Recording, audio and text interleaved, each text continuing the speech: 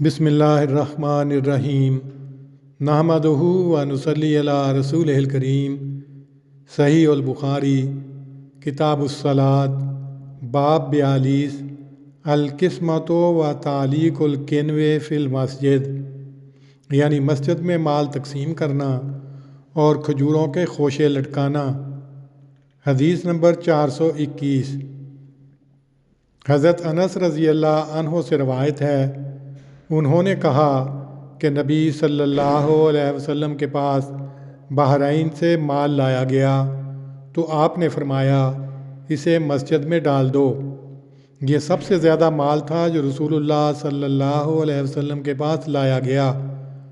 رسول اللہ صلی اللہ علیہ وسلم نماز کے لیے نکلے اور آپ نے اس کی طرف توجہ نہ کی۔ جب آپ نماز ختم کر چکے تو آ کر اس مال کے پاس گئے اور جس کسی کو بھی دیکھتے اس کو دیتے۔ اتنے میں آپ کے پاس حضرت عباس رضی اللہ عنہ آئے اور کہا، یا رسول اللہ مجھے بھی دیجئے، کیونکہ میں نے بدر کے دن اپنا فدیہ دیا تھا اور عقیل کا بھی فدیہ دیا تھا۔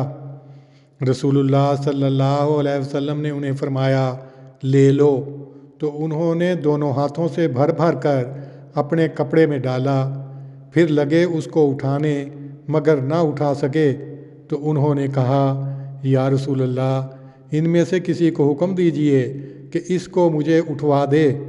فرمایا نہیں۔ انہوں نے کہا، پھر آپ ہی اٹھا کر مجھ پر رکھ دیں۔ فرمایا نہیں۔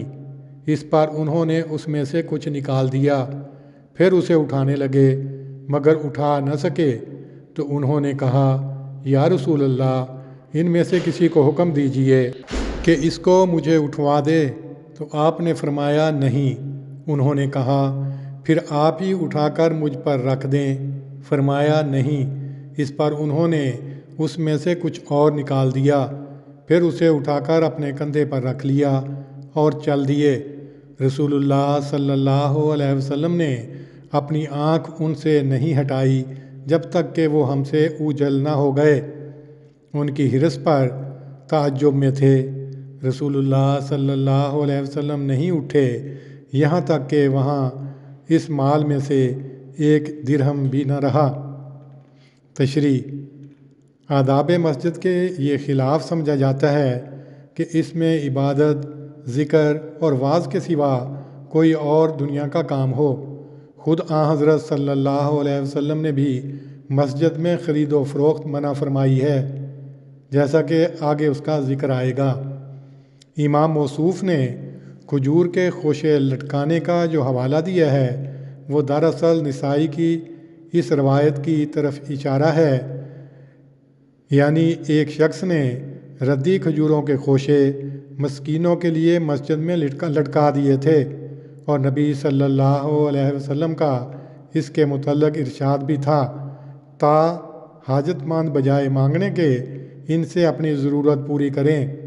ردی کھجوریں دیکھ کر آپ صلی اللہ علیہ وسلم چھڑی سے ان خوشوں کو کونچ مارنے لگے اور فرمانے لگے کہ اگر وہ صدقہ والا چاہتا تو اس سے بہتر کھجوریں صدقے میں دے سکتا تھا۔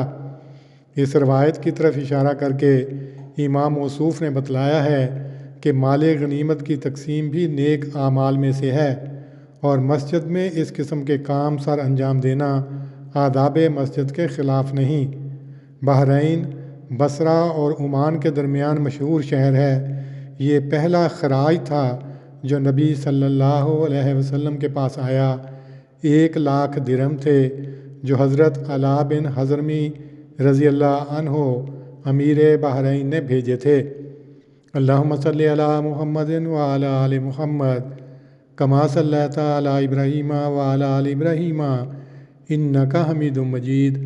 اللہم بارک علی محمد وعلی آل محمد کما بارکت علی